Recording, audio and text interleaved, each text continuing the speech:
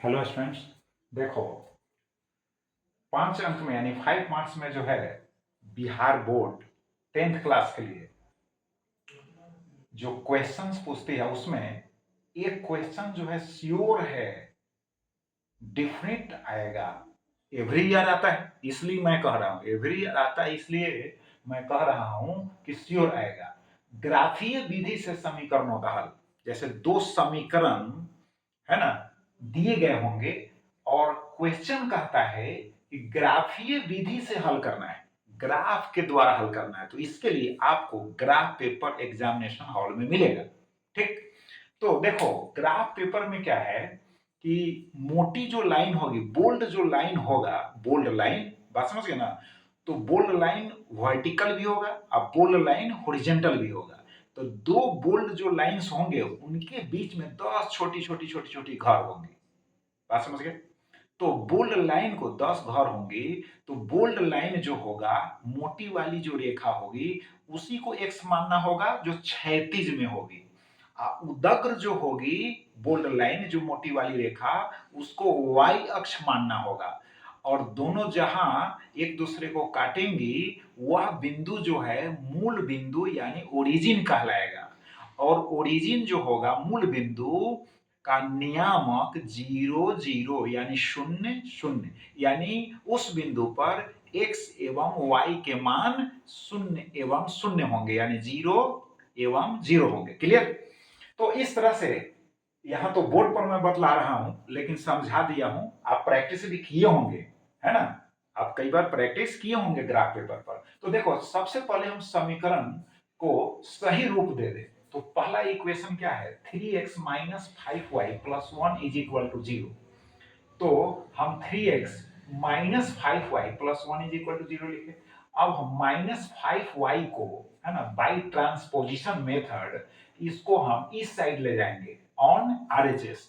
तो निगेटिव जो साइन है, जो माइनस चिन्ह है, वह प्लस में बदल जाएगा, तो 5y हो जाएगा और यहां बच जाएगा 3x प्लस 1। तो हम इसी को 5y को ही ऑन एलएचएस पहले लिखे हैं, एलएचएस में लिखे हैं, सुविधा होगी। तो 5y बराबर कितना हो गया, 3x प्लस 1 हो गया। अब देखो तो y इज इक्वल टू कितना होगा, 3x प्लस 1 डिवाइडेड बाई हो गया 5, 5 से भाग दे देंगे, गुना में है तो उससे हम भाग देंगे। तो यहाँ 3x प्लस 1 बाई 5। अब इसको हम सपोज किए हैं, मान लिए हैं समीकरण एक, इक्वेशन एक। अब देखो टेबल बना लेना, अब टेबल बना लेना, टेबल यहां बना दी। अब टेबल में ऐसे हॉरिजॉन्टल जो है एक लाइन बीच में खींच दिए, ऊपर वाला x नीचे वाला y। अब इस तरह से वर्टिकल लाइन खींच देंगे। अब देखो सबसे पहले हम देखेंगे क्या कि x का ऐसा मान हम रखें ताकि y का जो मान आए, बात समझ गए ना, y का जो मान आए दशमलव भिन्न में नहीं हो। जब दशमलव भिन्न में होगा तो आपको दिक्कत होगी ग्राफ पेपर पर अंकित करने में, बात समझ गए कि नहीं, इसलिए यह भी ख्याल रखना होगा, इस तरह से सिलेक्शन कीजिएगा। ठीक है, तो देखो x का मान हम 3 रखें, तो x का मान 3 रखें, सोचना पड़ेगा आपको, x का मान 3 रखें। अगर मान लो कि x का मान 0 रख दो, तो 0 रखोगे तो ये तो पोर्शन 0 हो जाएगा, तो क्या बचेगा 1/5। तो फिर दशमलव भिन्न में आएगा कि नहीं, तो आपको कठिनाई होगी। तो इसलिए हम क्या किए, x का मान 3 रखे, तो 3 3 जा 9, यानी 3 3 9, 9 हो गया। और 9 जोड़ 1 कितना हो गया 10, और 10 में 5 से भाग दोगे यानी 10 में 5 से भाग दोगे तो कितना हो जाएगा 2 हो जाएगा। तो 3 रखेंगे तो 2 मिलेगा, तो 3 रखे तो 2 मिल गया। अब x का वैल्यू -2 रखते हैं, टेबल में भी मेंशन करना होगा, दिखाना होगा -2। तो x का मान -2 रखेंगे, तो देखो -2 यहां रखकर देखे, तो -2 रखोगे तो माइनस कितना हो जाएगा 6 और प्लस 1, तो -6 प्लस 1। अब यहां घट जाएगा, समझ गए, तो -5 अब बटा 5 तो कट जाएगा, तो -1 हो गया। तो -2 रखे तो -1 हो गया। अब देखो -7 रखे, देखो -7 रखे तो 7 त्रिक 21 -21 होगा, अब प्लस 1 होगा, बात समझ गए। तो 1 सब्ट्रैक्ट हो जाएगा, तो 1 सब्ट्रैक्ट हो जाएगा, घट जाएगा, तो कितना हो जाएगा 20, यानी -20/5, तो पांचों का 20 यानी -4 हो गया। तो यह याद आपको रखना पड़ेगा कि इस तरह से हम x का मान रखें ताकि y का जो मान आवे वह दशमलव भिन्न में ना हो, उससे बचे आप, तभी आपको, है ना, सहूलियत होगी ग्राफ पेपर पर मानों को अंकित करने में। अब देखो तो टेबल क्लियर हो गया मेरा। अब जरूरी नहीं कि आप 4, 5, 6, 7 इस तरह से, है ना, तक जाओ मान रखने पर, ऐसा नहीं है। 3 बार निकाल लो, x का मान कम से कम, है ना, 3 बार रखो तो y का मान भी 3 बार आएगा। 2 से अधिक तो 3 बार रखो यार, आप समझ गए ना। 4 बार, 5 बार, 6 बार, 7 बार x का मान रखकर y का मान निकालने की जरूरी नहीं है। अब इसको हम पेयर के रूप में यहां सजा दिए। अब समीकरण 2 आ गया। तो समीकरण 2 जो है, देखो यहाँ 2x माइनस वाई प्लस 3 बराबर 0 है। तो इसको सजाने में ज्यादा परेशानी नहीं है। y को इधर ले जाएंगे तो प्लस में हो जाएगा, तो हम y को ही पहले लिख देंगे, तो y बराबर 2x अब प्लस 3 रहेगा। अब देखो यह समीकरण काफी, है ना, इजी है। x का मान रखोगे तो x का मान 0 रखोगे, तो x का मान 0 तो 0 हो गया, तो y का मान 3 हो गया। बात समझ गए कि नहीं। तो x का मान 0 तो y का मान 3 हो गया। अब 1 रख दो, तो 1 रखोगे तो 2 प्लस कितना हो जाएगा 3, तो 5 हो जाएगा। और 2 रखोगे तो कितना, 2 दूना 4, यानी 4 जोड़ 3 यानी 7 हो जाएगा। तो इजिली फाइंड आउट इस समीकरण से हो रहा है x का मान रखने पर y का मान। अब यहाँ पर जो है ग्रुप हम बना दिए हैं, 0, 3 हो गया, 1, 5 हो गया, 2, 7। अब इन्हीं मानों को हमको रखना है ग्राफ पेपर पर, है ना। तो देखो अब ग्राफ पेपर, यहाँ तो भाई बोर्ड पर, है ना, थोड़ा मोड़ा इधर उधर हो सकता है मान जो अंकित किए हैं, लेकिन आपको एग्जामिनेशन हॉल में जो है ग्राफ मिलेगा, ग्राफ पेपर पर ही आपको दिखाना होगा।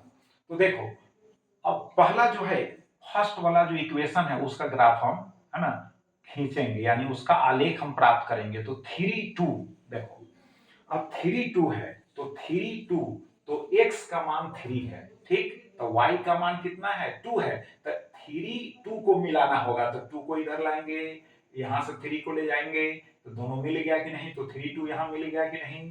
बात समझ गए। अब दूसरा देखो, -2 -1, तो -2, x का मान निगेटिव इधर होगा, तो -2, अब y का निगेटिव नीचे होगा, तो -1। अब -1 को -2 के सामने लाएंगे तो यहां होगा।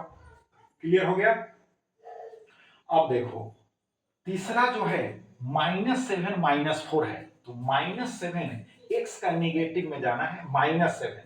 अब -7 के संगत जो है y का मान है -4, उसके करस्पॉन्डिंग तो -4, तो -4 यहाँ। अब इसको बढ़ाएंगे, है ना, तो अप्रोक्सीमेटली जो है लगभग, अब कहीं रहे हैं कि बोर्ड पर हम बना रहे हैं, तो यहां मिलेगा। अब तीनों बिंदुओं को हम मिलाएंगे, स्केल के द्वारा मिलाइएगा वहां, तो मिला दिए तो एक रेखा प्राप्त हो गई। यही ना आलेख हुआ जी, ये जो रेखा है यही ना आलेख है। अब इसी प्रकार से दूसरा जो समीकरण है उसमें देखो 0, 3 उसका खींचेंगे, तो 0 और 3, तो 3 पर चले जाओ, 3 को काटो। और उसके बाद 1, 5, तो इसका 1 है, तो इसका y का होगा 5, यहां पर कटान होगा, 1, 5 लिखे भी हैं। इसका 2, तो 2 के साथ 7, 7 को मिला दिए। अब, है ना, इन बिंदुओं को हम मिला दिए। अब इन बिंदुओं को हम जब मिला दिए तो फिर एक रेखा प्राप्त हो गई, तो दूसरी रेखा प्राप्त हो गई। लेकिन हम देख रहे हैं दोनों रेखाएं जो हैं, यानी दोनों आलेख, अब कहो तो दोनों रेखाएं यानी दोनों समीकरणों के जो आलेख हैं एक दूसरे को यहां पर, है ना, काट रहे हैं कि नहीं। यानी ये जो कटान बिंदु हुआ, अब समझ लो, दोनों आलेखों का जो कटान बिंदु हुआ, वही कटान बिंदु क्या हो गया, समीकरणों का हल होगा। यानी वह कटान बिंदु जो होगा वही समीकरणों का हल होगा। इसका मतलब है कटान बिंदु का जो नियामक होगा उसको पहले देखो यार।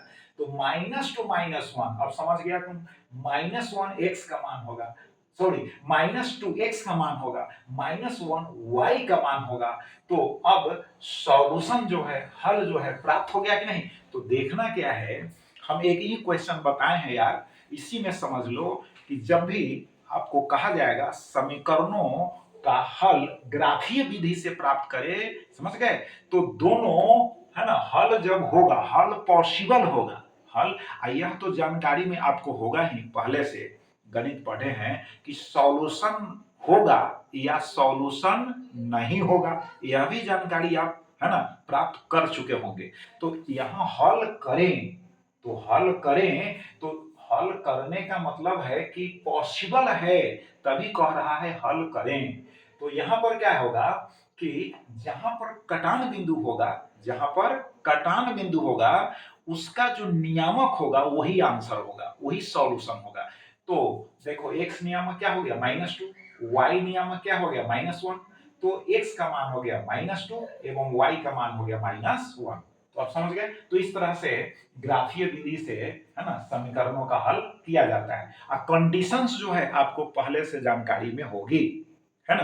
कंडीशंस जो है पहले से जानकारी में होगी, हम केवल सॉल्यूशन बताए हैं, है ना, कि ग्राफीय विधि से कैसे हम हल करते हैं। तो चलिए आप इसी है ना क्वेश्चन यानी प्रश्न को अभ्यास करें, तो इस आधार पर जितने भी क्वेश्चंस होंगे आप सोल्व कर सकते हैं। प्रैक्टिस करें। धन्यवाद।